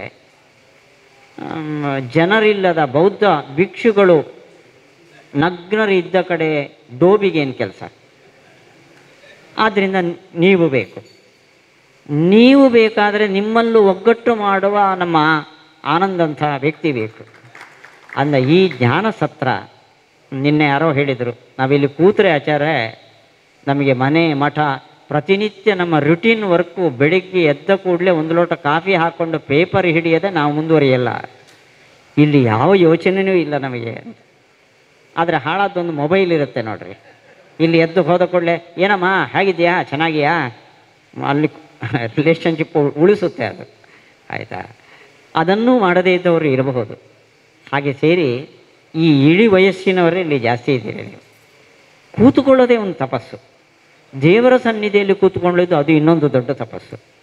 ಪಾಠಕ್ಕೋಸ್ಕರ ಕೂತ್ಕೊಳ್ಳೋದಿಲ್ಲ, ತತ್ವಜ್ಞಾನಕ್ಕೋಸ್ಕರ, ಅದು ಇನ್ನೂ ದೊಡ್ಡ ತಪಸ್ಸು. ಅದು 1-2 ಗಂಟೆಗಳಲ್ಲ. ನೀವು ಬೆಳಗ್ಗಿನಿಂದ ನಾನು ಹೇಳ್ತೇನೆ, ಇನ್ನೊಬ್ಬರು ಬರ್ತಾರೆ, ನನಗೊಂದು ರಿಲ್ಯಾಕ್ಸ್ ಇದೆ. ಆದರೆ ನಿಮಗೆ ಅದೂ ಇಲ್ಲ. ಹೀಗಾಗಿ ನೀವು ದೊಡ್ಡ ತಪಸ್ಸು ಇಲ್ಲಿ ಮಾಡಿದ್ದೀರಿ. ಅದು ನಮ್ಮ ಸತ್ಕರ್ಮವನ್ನು ನಾವು ಅನುಷ್ಠಾನ ಮಾಡಿದಾಗ ದೇಶ ಕಾಲಗಳು ಮುಖ್ಯ ಅಂತಾರೆ. ಪವಿತ್ರವಾದ ಪರಿಸರ ಇದು, ಪ್ರಶಾಂತವಾಗಿದೆ, ಒಳ್ಳೆಯ ಆಶ್ರಮದಲ್ಲಿ ಕೂತಂತೆ ಇರ್ತದೆ. ವೈಶಾಖ ಮಾಸ, ಅವನು ವಸಂತ ಮಾಸದಲ್ಲಿ ನಾನಿದ್ದೇನೆ ಅಂದಿದ್ದಾನೆ ಕೃಷ್ಣ. ಆದ್ದರಿಂದ ವಸಂತ ಮಾಸ, ವಸಂತ ಋತು, ವೈಶಾಖ ಮಾಸ, ಒಳ್ಳೆ ಕಾಲ, ಒಳ್ಳೆ ಪರಿಸರ. ಇಲ್ಲಿ ಕೂತು ನಾವು ನೀವು ನಮಗೆ ತಿಳಿದ ಮಟ್ಟದಲ್ಲಿ ತತ್ವಜ್ಞಾನದ ಒಂದು ದೊಡ್ಡ ತಪಸ್ಸನ್ನು ಮಾಡಿದ್ದೇವೆ. ಅದನ್ನು ವಿದ್ಯಾಮಾನ್ಯರ ಅಂತರ್ಗತ, ಪ್ರಾಣದೇವರ ಅಂತರ್ಗತ ಭಗವಂತನಿಗೆ ಅರ್ಪಿಸಿ ಅದರ ಪೂರ್ಣ ಫಲವನ್ನು ನಮಗೆ ಭಗವಂತ ಕೊಡಲಿ. ಏನು ಫಲ? ಮನೆ ಮಠ ದುಡ್ಡು ಕಾಸು ಅಲ್ಲ. ಆ ತತ್ವಜ್ಞಾನವನ್ನು ಪಡೆದು ನಮ್ಮ ಆತ್ಮೋದ್ಧಾರ ಮಾಡುವಂಥ ಒಂದು ದೊಡ್ಡ ಯೋಗ ಭಗವಂತ ಇದರ ಫಲವಾಗಿ ನಮಗೆ ಅನುಗ್ರಹಿಸಲಿ ಅಂತ ಹೇಳ್ತಾ, ಶ್ರೀಕೃಷ್ಣಾರ್ಪಣಮಸ್ತು. ಇದಕ್ಕೆ ಕಾರಣಕರ್ತರಾದ ಎಲ್ರಿಗೂ ಕೂಡ ತುಂಬ ಶ್ರದ್ಧಾಪೂರ್ವಕವಾದ ವಂದನೆಗಳು. ಶ್ರೀಕೃಷ್ಣ.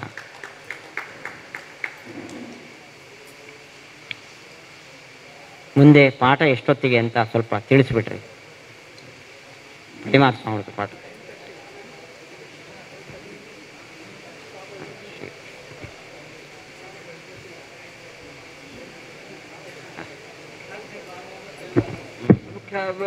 ಮುಂದೆ 10 ಗಂಟೆಗೆ ಪರಿಮಳ ಸ್ವಾಮಿಯಿಂದ ಪಾಠ ಮುಂದುವರಿಯಿತು.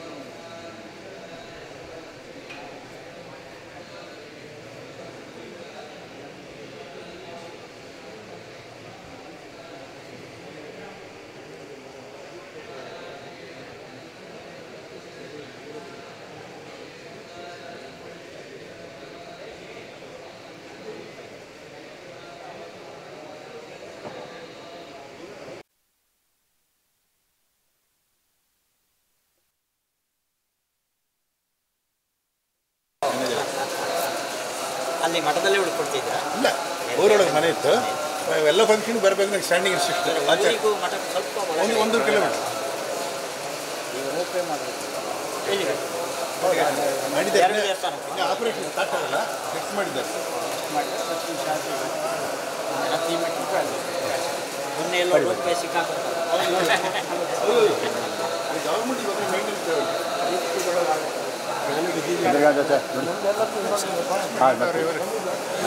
ನಾನು ಬಿದ್ದಿದ್ದೇನೆ. ಬಿದ್ದಿಲ್ಲ, ನಿಂತ್ಕೊಂಡಿದ್ದೀನಿ. ನಾವು ಸುಧೀಂದ್ರ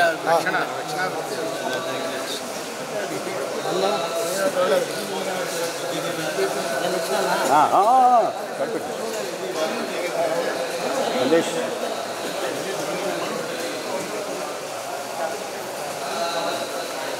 ಆಗುತ್ತೆ, ಲೈನಿಂಗ್ ಮಾಡಲ್ಲ.